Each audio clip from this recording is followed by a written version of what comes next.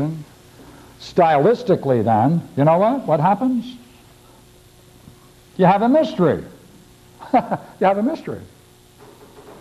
Then you have a mystery. Greek tragedy is a mystery. It's a tragedy. Well, then what would be the high point? This would be the high point, not the resurrection.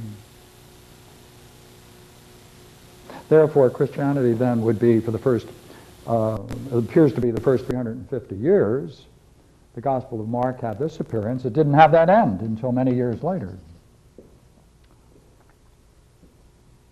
Now, one of the astonishing things about the Gospel of Mark is its dramatic appeal to all readers. Well, good reason. It follows the structure of a Greek tragedy. But the part, therefore, that becomes very significant in the end, of course, is the trial. And the trial is very interesting because several key elements.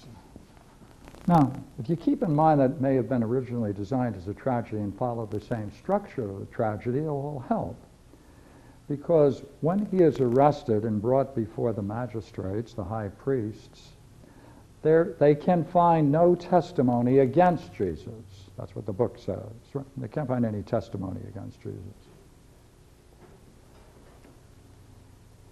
And when they finally provoke him, for the most part, he remains in silence until he makes one admission. And they finally say, you know, just, who are you? What are you? And he says, are you this, I don't want to, so I like reading it, so.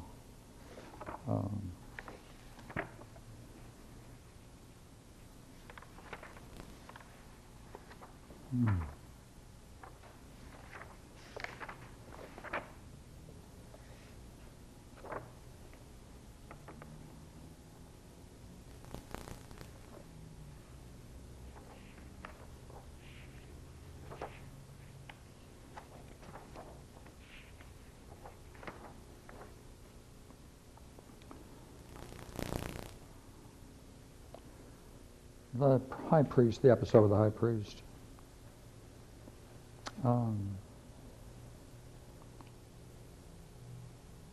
Now the chief priests and the whole council sought testimony against Jesus to put him to death, but they found none, no testimony against him. So the high priest stood up in the midst and asked Jesus, have you no answer to make? What is it that these men testify against you? He was silent, made no answer. Again, the high priest asked him, hey, are you the Christ, Son of the Blessed? Jesus said, I am. And you'll see the Son of Man seated at the right hand of power and coming with the clouds of heaven. Now, did he answer the question? Are you the Christ, the Son of the Blessed? He says, yeah, I am. And you'll see the Son of Man seated in the right hand of power, coming in the clouds of heaven. What did he admit to? That he's the Son of Man?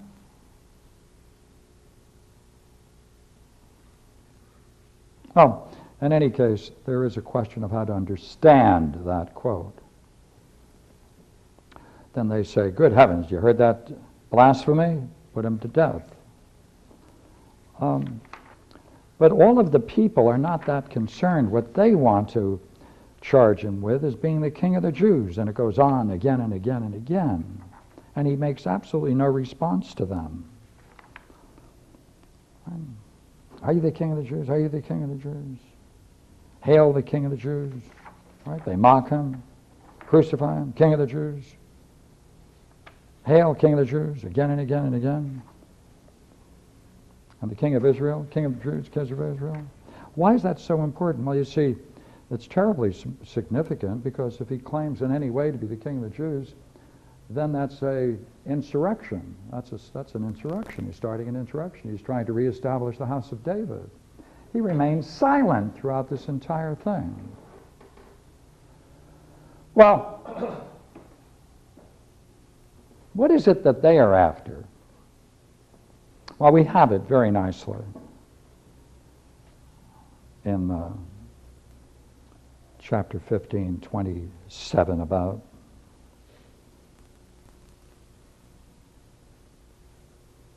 Save yourself, they holler at him. Come down from the cross.